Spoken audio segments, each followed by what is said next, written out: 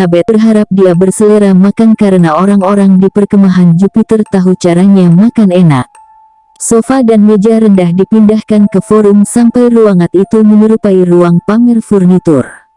Bangsa Romawi duduk-duduk bersepuluh atau berdua-puluh sambil mengobrol dan tertawa-tawa, sementara roh-roh angin, aurae, mendesing sana kemari di atas, membawakan aneka pizza, roti isi, biskuit minuman dingin, dan kue kering yang baru saja matang. Hantu-hantu ungu, lar, bertoga dan berbaju tempur legionari melayang ke sana kemari, menembus halayak ramai. Di pinggir jamuar tersebut, para satir bukan Annabeth berderap dari meja ke meja, mengemis makanan dan uang receh. Di padang tal jauh dari sana, si gajah perang sedang bermain dengan Nyonya O'Leary, sedangkan anak-anak bermain kucing-kucingan di sekitar patung terminus yang berjajar di batas kota. Pemandangan tersebut amat familiar sekaligus sangat asing sehingga Annabeth jadi pusing tujuh keliling. Annabeth hanya ingin berada bersama Percy, lebih bagus berdua saja. Annabeth tahu dia harus menunggu. Demi kesuksesan misi, mereka membutuhkan orang-orang Romawi ini, artinya, mereka harus berkenalan dengan orang-orang ini dan itikat baik. Itesina dan segelintir perwiranya termasuk Octavian si Pirang, yang baru saja kembali sesudah membakar boneka beruang untuk dewa, duduk bersama-bersama Annabeth dan krunya. Percy bergabung mereka beserta kedua kawan barunya, Frank dan Hazel. Sementara tornado piring berisi makanan singgah di meja Percy mencondongkan badannya ke dekat Annabeth dan berbisik, mengajakmu keliling Roma baru. Cuma kau dan aku, tempat ini luar biasa. Annabeth semestinya girang. Cuma kau dan aku tepat sekali itu yang dia inginkan. Namun demikian, tenggorokannya justru tersumbat karena kesal. Bisa-bisanya Percy membicarakan ini dengan sedemikian antusias. Bagaimana dengan inahan blasteran, perkemahan mereka, rumah mereka? Annabeth berusaha tak memelototi rajah baru di lengan bawah, tato SPQR seperti milik Jason. Di perkemahan blasteran, demigod memperoleh kalung manik-manik untuk memperingati 1 tahun yang dijalani dengan latihan. Di sini, bangsa Romawi menorehkan tato di tubuh kita, seolah-olah untuk menyampaikan, kau adalah bagian dari kami. Untuk seterusnya, Annabeth menelan komentar, pedasnya. Oke, baiklah. Aku sudah berpikir-pikir, kata Percy dengan gugup. Aku punya gagasan. Dia terdiam saat Reina menyerukan agar mereka bersulang uke persahabatan. Setelah semua diperkenalkan, bangsa Romawi dan kru Annabeth mulai bertukar cerita. Jason menjelaskan bagaimana dia tiba di perkemahan blasteran tanpa ingatan, dan misi yang dijalaninya bersama Piper serta Leo untuk menyelamatkan Dewi Hera atau Juno. Silakan pilih sendiri, dia sama menyebalkannya, dalam wujud Yunani maupun Romawi yang dikurung dalam rumah serigala di California Utara. Mustahil, potong Octavian, itu tempat yang paling kita keramatkan. Jika raksasa menawan Dewi di sana, mereka pasti berniat membinasakan sang Dewi, kata Piper, dan menimpakan kesalahan pada bangsa Yunani, kemudian memicu perang antara kedua kubu. Sekarang diamlah dan biarkan Jason menyelesaikan ceritanya. Octavian membuka mulut, tapi tak ada suara yang keluar. Annabeth suka sekali camspik Piper. Dia menyadari bahwa Reina melirik Jason serta Piper silih berganti sambil mengernyitkan alis, seakan baru saja menyadari bahwa mereka berdua pacaran. Jadi, lanjut Jason, begitulah ceritanya. Sampai kami tahu tentang Gaia sang Dewi Bumi. Dia masih setengah tidur, tapi dialah yang membebaskan monster-monster dari Tartarus dan membangkitkan para raksasa. Porphyrion, makhluk besar yang kami lawan di rumah serigala, dia bilang dia hendak mundur ke negeri kuno, Yunani. Dia berencana membangunkan Gaia dan menghancurkan dewa-dewi dengan cara apa katanya? Mencerabut akar mereka. Percy mengangguk serius. Gaia sibuk di sini juga. Kami sudah bertemu dengan si Ratu Muka Tanah. Percy mengisahkan ceritanya. Dia menyampaikan pengalamannya yang terbangun di rumah serigala tanpa ingatan apa-apa kecuali satu nama Annabeth. Ketika dia mendengar itu, Annabeth harus berusaha keras agar tidak menangis. Percy menceritakan perjalanannya ke Alaska bersama Frank dan Hazel, bagaimana mereka mengalahkan Alcyoneus sang raksasa, membebaskan Thanatos sang dewa kematian, dan mengembalikan elang emas panji-panji perkemahan Romawi yang hilang untuk menghalau serangan pasukan raksasa. Saat Percy selesai bercerita, Jason bersiul kagum. Pantas saja mereka menjadikanmu praetor. Octavian mendengus. Artinya, sekarang kita punya 3 praetor. Peraturan jelas-jelas menitahkan bahwa kita hanya boleh memiliki 2 praetor. Untungnya, kata Percy, pangkatku dan Jason sama-sama 41 di atasmu, Octavian. Jadi, kami berdua bisa menyuruhmu tutup mulut. Wajah Octavian berubah warna jadi semu kaus Romawi, langsung mengajak Percy tos. Bahkan Reyna pun menyunggingkan senyum, kendati matanya berkilat-kilat. Masalah kelebihan praetor terpaksa kita pecahkan belakangan, kata Reyna, saat ini ada perkara lebih serius yang harus kita hadapi. Aku akan mundur dan membiarkan Jason jadi praetor, kata Percy enteng, bukan masalah besar. Bukan masalah besar, Octavian tercekat. Posisi sebagai praetor Roma bukan masalah besar. Percy mengabaikannya dan menoleh kepada Jason. Kau adik Halia Grace, iya. Wow. Kalian sama sekali tidak mirip. Iya, aku tahu, ujar Jason. Omong-omong, terima kasih karena sudah membantu perkemahanku selagi aku absen. Kerjamu hebat. Sama-sama, kata Percy. Annabeth menendang tulang kering Percy. Tidak enak rasanya harus mengusik mekarnya persahabatan karib antara dua cowok, tapi Reyna benar, ada hal serius yang harus mereka diskusikan. Sebaiknya kita membicarakan ramalan besar. Kedengarannya bangsa Romawi juga tahu tentang ramalan itu. Reyna mengangguk. Kami menyebutnya ramalan 7.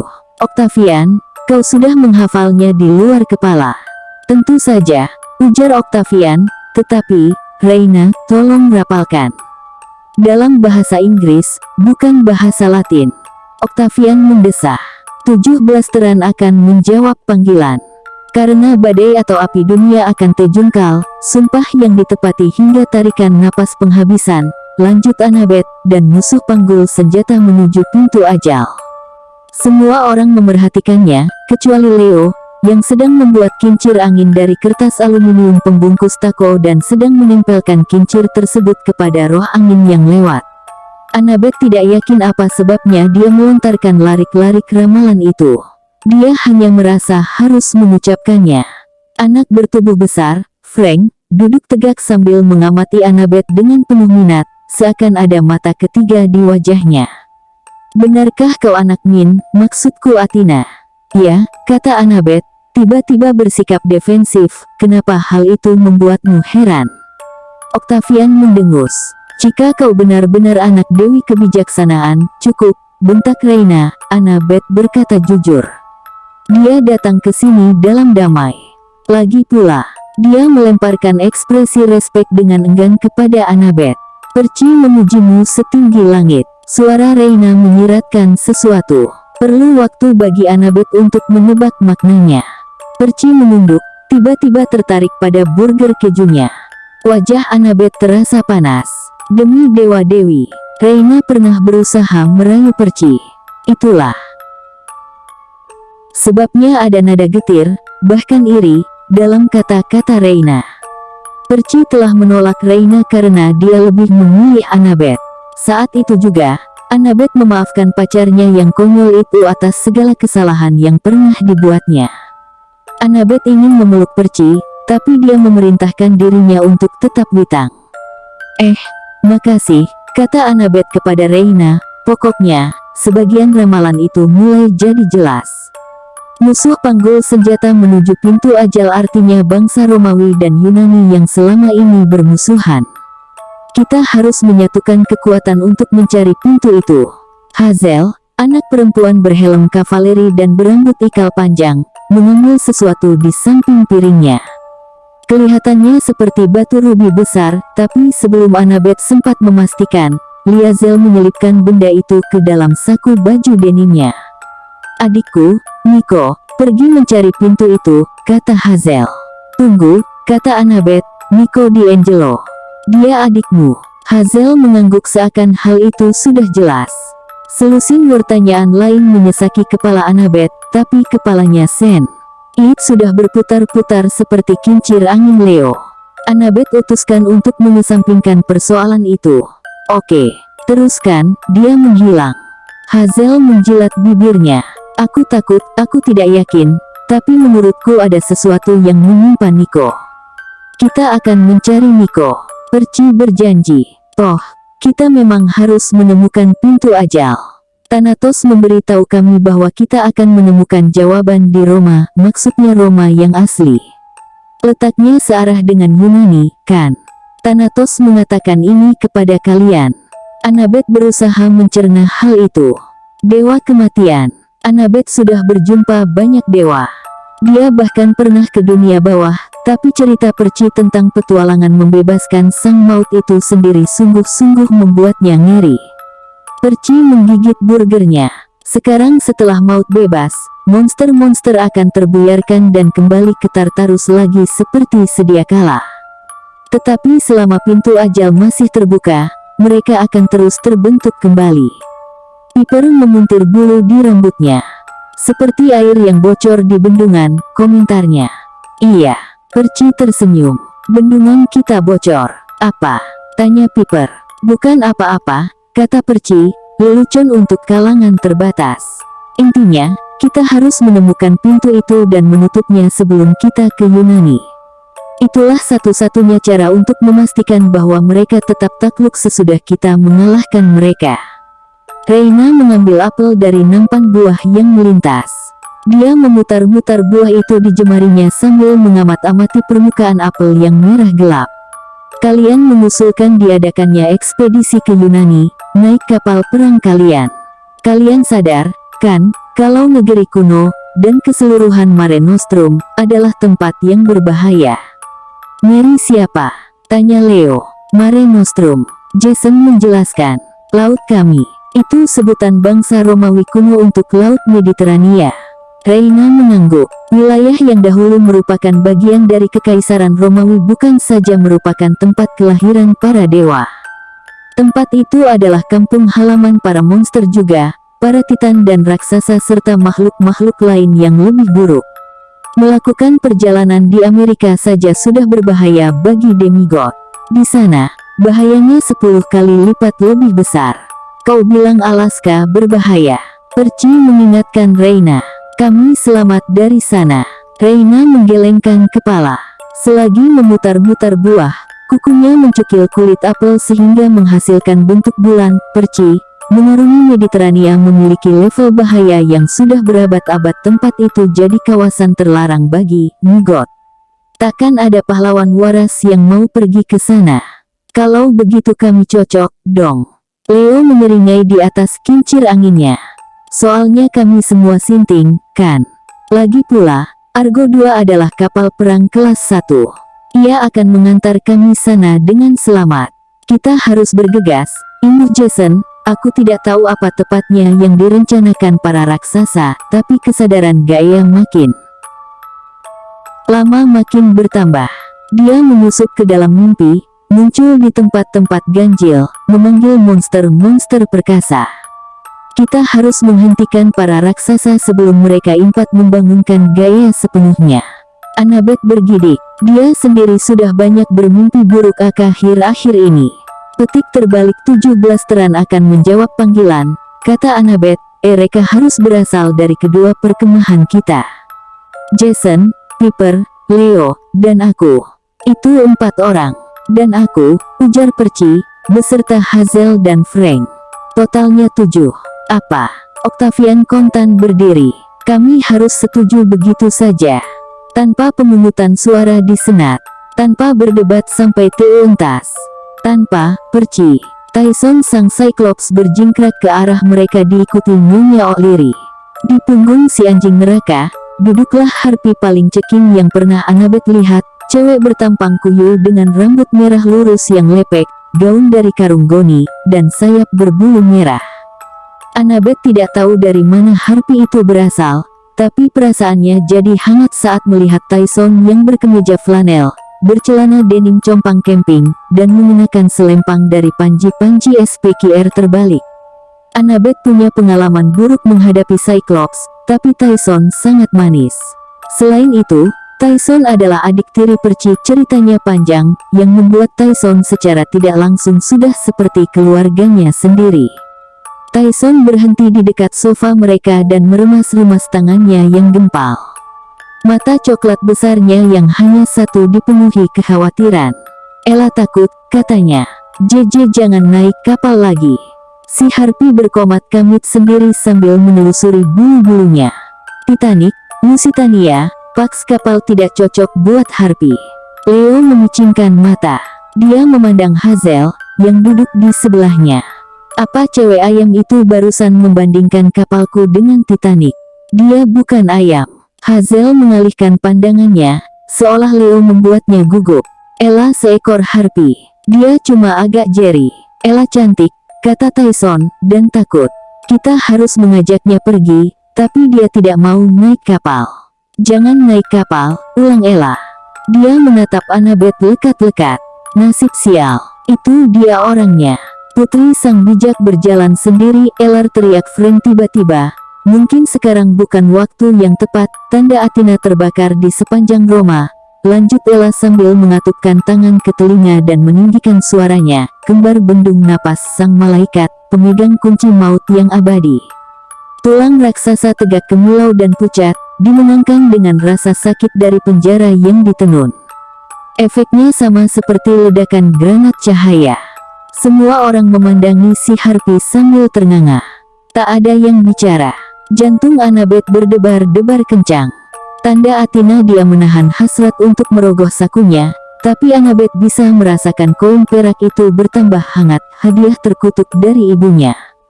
"Ikuti tanda Athena, balaskan dendamku." Di sekeliling mereka, riuh rendah pesta masih berlanjut, tapi bunyinya lambat-lambat dan teredam, seakan kelompok kecil mereka telah pindah ke dimensi yang lebih lengang.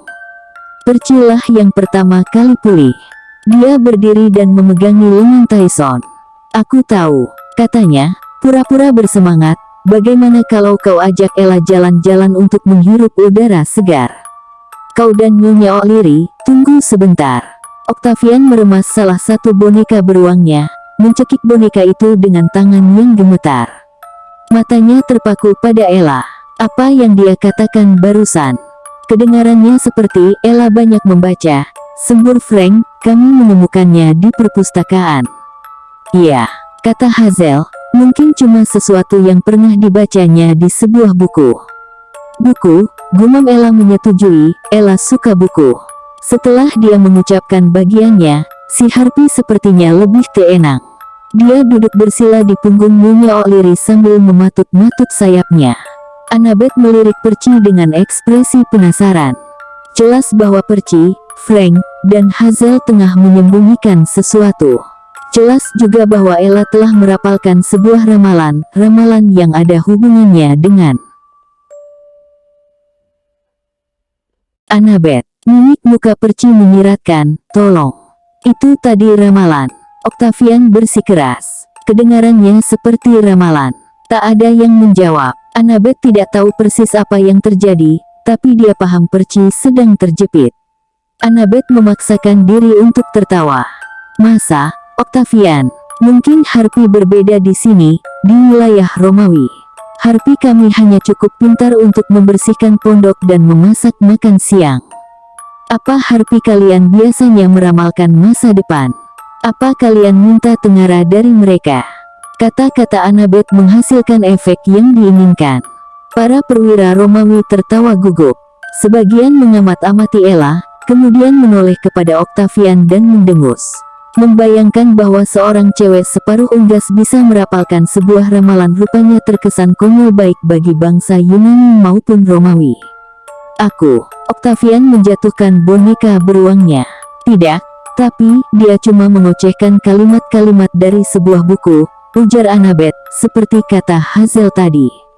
Lagi pula, sudah ada ramalan sungguhan yang harus kita khawatirkan." Annabeth menoleh kepada Tyson. "Percy benar.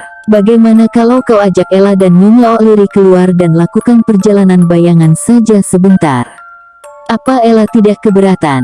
Anjing besar baik, kata Ella. Old Yeller, 1957, naskah oleh Fred Gibson dan William Thunberg. Annabeth tidak yakin bagaimana harus menyikapi jawaban itu, tapi Percy tersenyum seakan masalah sudah beres. Bagus, ujar Percy. Akan kami kirimi kalian pesan iris sesudah kami selesai. Biar nanti kami susul kalian. Orang-orang Romawi memandang Reyna, menunggu tanya. Annabeth menahan napas. Reyna memiliki wajah yang sulit dibaca ekspresinya. Dia sedang memerhatikan Ella, tapi Annabeth tidak bisa menebak apa yang sedang dia pikirkan. Baiklah, sang praetor akhirnya berkata, pergilah. Asyik. Tyson berkeliling sofa dan memeluk semua orang erat-erat, termasuk Octavian, yang kelihatannya tidak senang. Lalu dia naik ke punggung Nyonya O'Leary bersama Ella, dan anjing mereka itu pun berlari meninggalkan forum. Mereka langsung masuk ke tengah bayang-bayang di gedung senat dan menghilang. Jadi, Reyna meletakkan apelnya yang belum dimakan. Octavian, ada benarnya. Harus ada persetujuan senat sebelum legionari kami diizinkan pergi untuk menjalani misi, terutama entisi seberbahaya yang kau siratkan. Ada aroma pengkhianatan dalam semua ini, gerutu Octavian. Utliremu itu bukan kapal pembawa misi damai. Ayo naik, Bung. Leo menawarkan. Akan kuajak kau boleh mengemudikan kapal itu.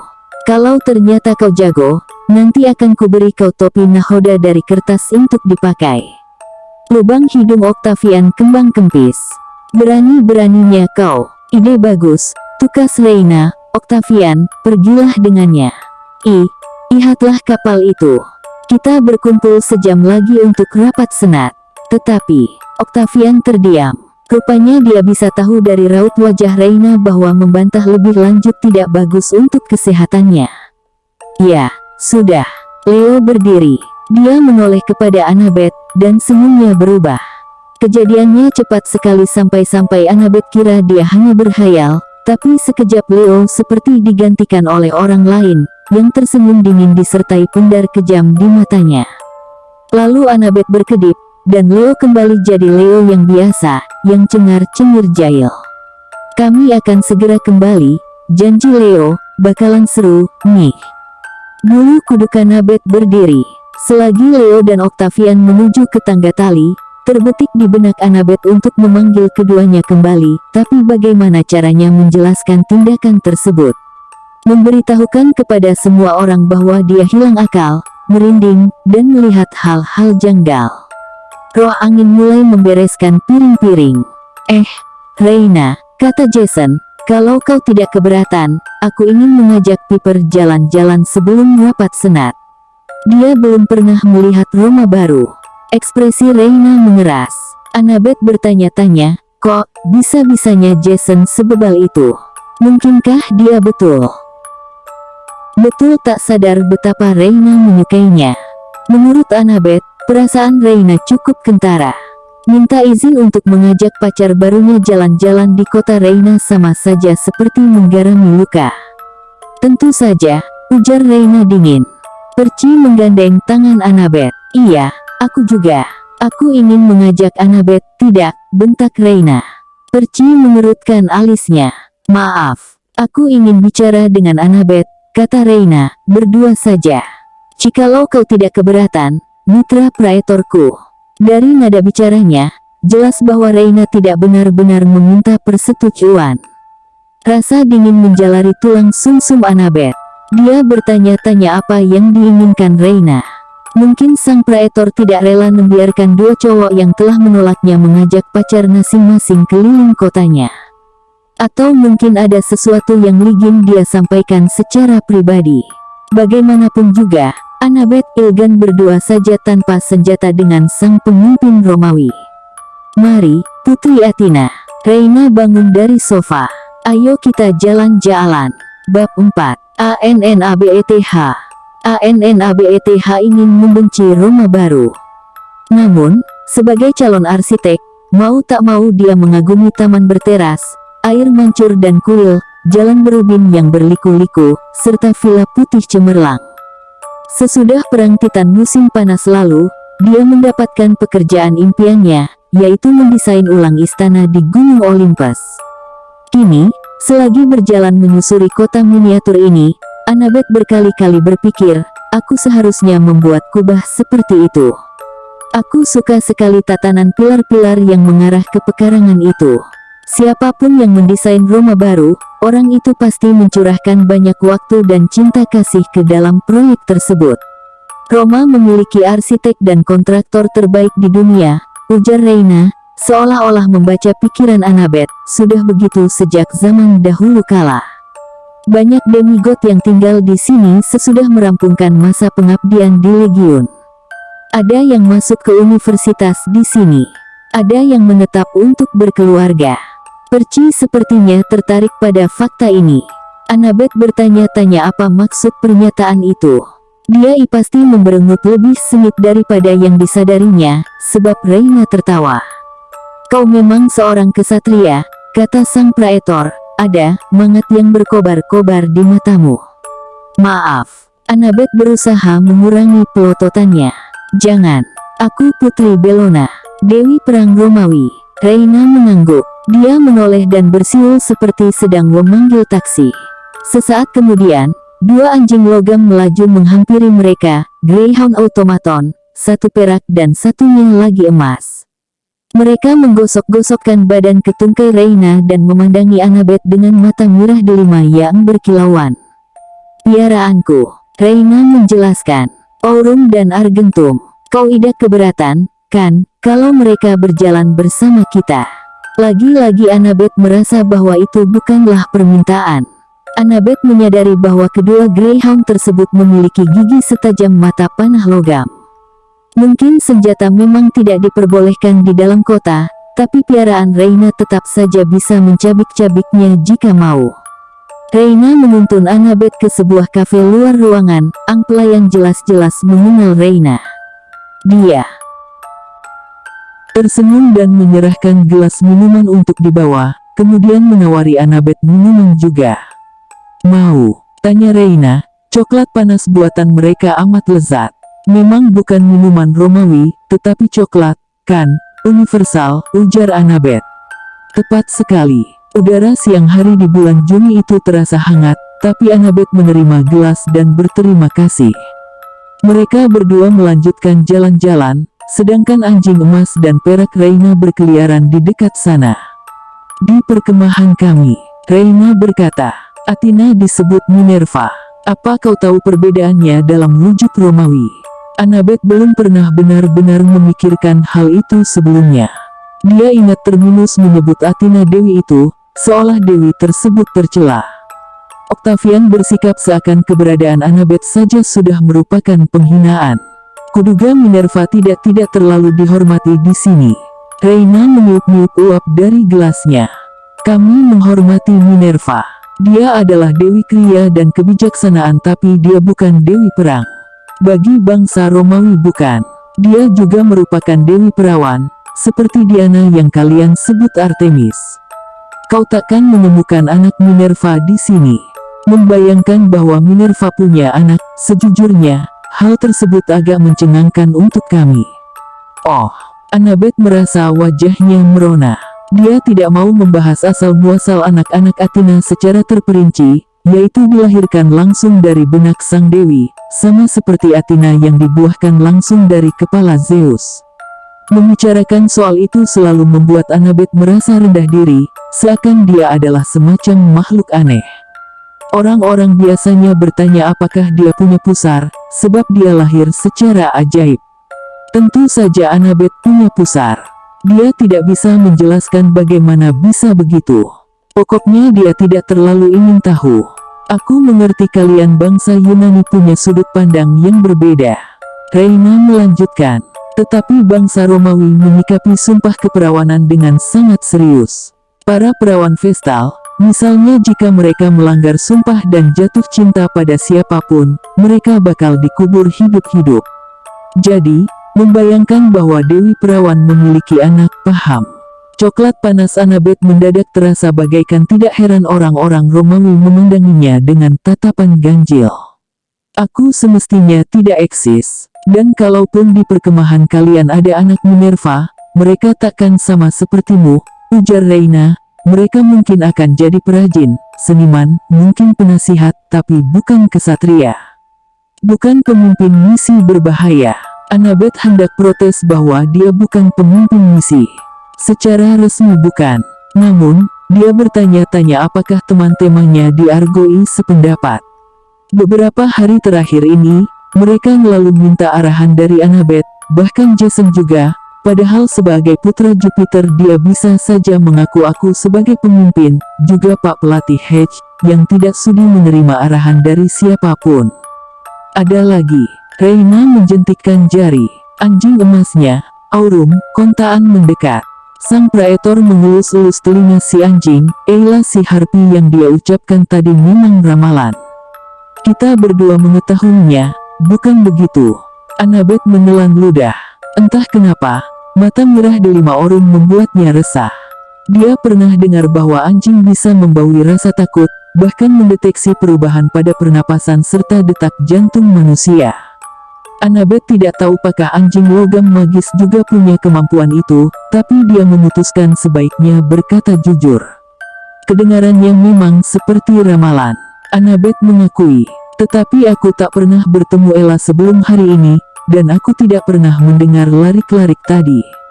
Aku sudah pernah, gumam Reina, paling tidak sebagian, beberapa meter dari sana, si anjing perak menggonggong.